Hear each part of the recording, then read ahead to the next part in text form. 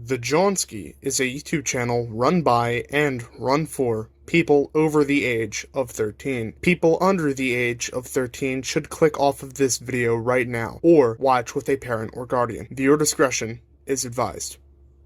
You don't scare me! I'm Milton Friggin' the Englishman. My name is King Prime, and welcome back to another video here on the YouTube channel. Today we're going to be taking a look at another Jazwares World of Halo action figure, that being the Jazwares World of Halo Elite Zealot. If you'd like to see what the packaging looks like for this figure, I recommend you go watch this video in which I covered that. I will not be re-reviewing the packaging because I think it's redundant and I want views on my older videos. No shit, I'm a YouTuber. So go and watch that one if you want to see the packaging, but otherwise, let's get into the figure freeze frame. ¡Se me va a reventar la tripa! Freeze frame unfreeze, and here is the Elite Zealot out of the packaging. Before we take a look at him, let's take a look at what he comes with. Of course, first off, we do have the most important accessory, of course, which is his weapon, which is just a Halo Reach concussion rifle. The body of this thing is painted in a nice bronze metallic paint, which is awesome. You can see a little magazine there that it's supposed to spin, like in the game, and have like blue lights on it, but those weren't picked out, unfortunately. The rest of it is gray, and then there's a little bit of a gunmetal gray or like silver on the stock there.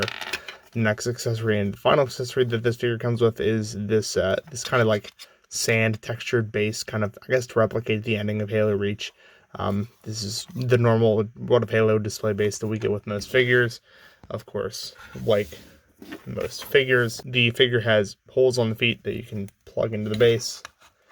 And while you're at it, you can also give Bro his gun, so he can be armed and ready while also on display, which, is perfect. I don't think I will use this base because his feet are so big that I don't need to. And this weapon is a piece of shit. I hate these things. I'll probably just give him a storm rifle. Yep, I'm smart. A plasma repeater or some kind of other Covenant weapon that I can fudge into the Halo Reach setting from the infinite roster of Covenant guns. But with that out of the way, let's take a look at the figure himself. And as you can see, this is indeed the guy that killed Noble 6, just done up in plastic form. That is obviously why this figure was chosen to be included with 6 in the 2-pack. And I have things to say about it, for sure. This figure review was delayed for quite some time because my first version of this figure broke badly. And because of that, this figure is being touched with kid gloves. I am not going to be moving this thing around much during the articulation test. We'll talk about that more a bit later. Before we do that, let's take a look at the Zealot a little bit closer. Of course, here he does have his helmet picked out in that nice maroon that we see in the game, with a little bit of the runic Covenant symbols kind of running like energy through his helmet. If you've played Reach, this is an old tat now, even with the covers on his mandibles for his mouth going down there. As you can see, he does have his eyes picked out with a little white dot as a pupil, or as like a light reflection on the glassy eyes of an elite or a Sangeli, whatever you want to say. His neck is exposed, which goes down to his body armor, which is again very nice. Unfortunately, no metallic. I have seen some fantastic customs that really do a great job of picking this figure out in some nice detail work. Unfortunately, because of the way this figure is, we don't get that. We just get the flat colors, which continue around on the shoulders and on the arms. It's a lot of maroon, gray, and blue. On the shoulder pads, however, it's that same energy runes flowing through on either of the shoulder pads. And then the regular just blue one on the forearms. His hands are flesh with a little tiny bit of armor there on it. On the midriff, of course, you do have that black body glove underneath with a little bit of armor on top, and more of those maroon, gray, and blue details on his thighs. Down on his feet, however, his big old Covenant clompers are armored with that red plating, and that is about it for the detailing. Unfortunately, there's no hole on the back for storing a pegged weapon, so no using human weaponry, which is lore accurate, truthfully, if we're talking about the Halo Reach setting, but also interesting because that really reduces the playability of some of the figures. I guess it's not a super huge complaint, just something interesting that I noticed. Moving on to the articulation, however, this figure is interesting, and like I said, I first broke this figure many moons ago and do not want to repeat this. So he does have a kind of, I mean, I would say a ball joint at the head, but it is very difficult because of the way the head is shaped. You can also feel that there is a hinge in there, so you can look that far down and that far up. It's not just a ball joint. I don't think you can see it. Maybe just a little bit in there. Maybe just a little bit right there. You can see it, but you can definitely feel the soft ratchet going in there as you move the joint.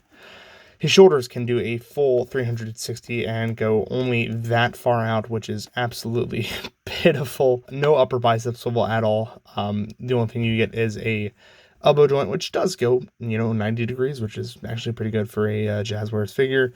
It, of course, doubles as a swivel as well. His wrists both rotate 360 degrees and can rotate in and out and in and out. So no up and down, no rifle holding hands, unfortunately, for this elite. He does have a ball joint at the diaphragm, however, because of the massive bulk of the figure, you're not going to get much out of the articulation there.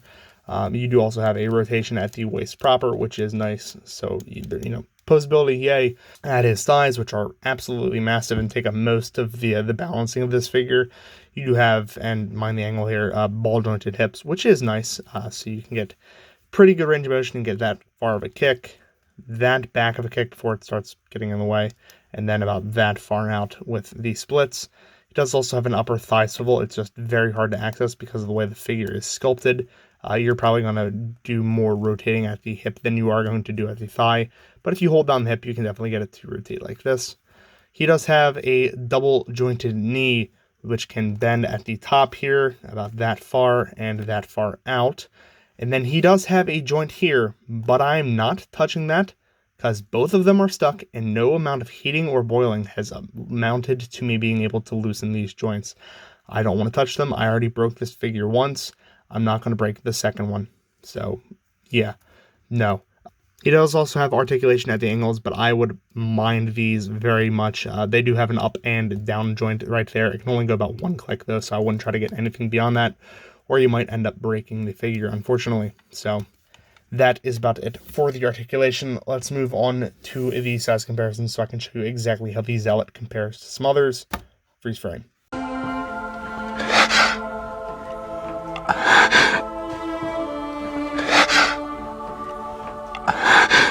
Freeze frame on freeze, and here is the Elite Zealot next to his pack-in enemy and victim, Noble 6, who, as you can see, is towered over by the Zealot in both horizontally and vertically. The Zealot is absolutely massive, as he should be. That's lore accurate. I'm not going to deny that. Here he is next to the golden standard of action figures himself, Dark Times Darth Vader, who is about the same height as 6. Here he is next to a vintage collection clone trooper because I have unfortunately left my Mandalorian of my own design elsewhere. And here he is next to our old friend, the Vitruvian Hex skeleton. So as you can see, the Elite Zealot is just, a unit of force unlike any we have seen on the channel before.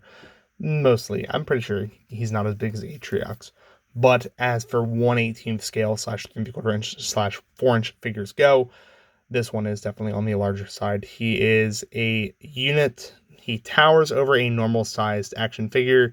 He towers over another normal-sized action figure. He even towers over the superhuman or advanced human action figures, such as Noble 6 and Darth Vader. So overall, this figure is going to have a commanding shelf presence. However, I don't think that is going to save this figure from my wrath at all. Let's talk about that more in my final thoughts. Freeze frame. Freeze frame unfreeze. So even after all of that, even though there are good things to say about this figure, most of it is bad. And it's been bad since I first broke the last figure, which was like a 5-second break right out of the box. I was just posing it loosely and it broke immediately. I don't want to use that figure to say that this figure is bad, but even then, this figure has subpar detail. It has stiff articulation. The accessories are whack. I fucking hate the concussion rifle. I hate any weapon that has a thumb hole in the stock that's so difficult to pose. It took me like 5 minutes just to get this damn thing to rest in his hand properly. I hate it. It could use a lot of work, and let's keep it real, this figure was never intended to be the main focus of the Noble 6 Elite Zealot 2-pack. It was simply just a marketing scheme to get Noble 6 out there with a familiar face, that being in this instance, the face that killed him, which is a contentious subject amongst at least my circles. I had a friend who didn't buy this 2-pack specifically because of this Elite being packaged with Noble 6, which, you know, is a little silly to me, but I definitely understand the sentiment, especially from the hardcore Halo Reach fans. I definitely think Noble 6 should have been a character packed on his own, and the Elite probably should have been left by the wayside. I think that the Halo Reach design for the Elites is the best in all of the franchise. However, this figure fails to capture on all of it, except in silhouette even. That's it.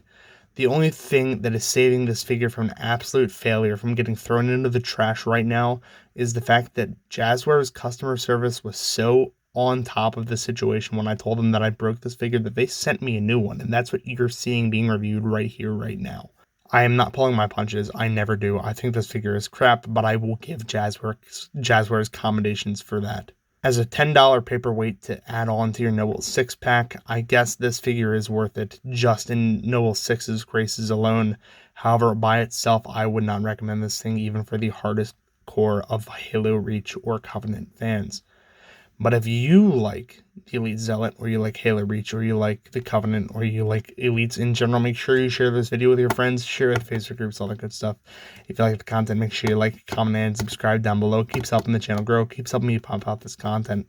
That's going to be pretty much it for this time, my friends. Thank you all so very much for watching, and as always, peace.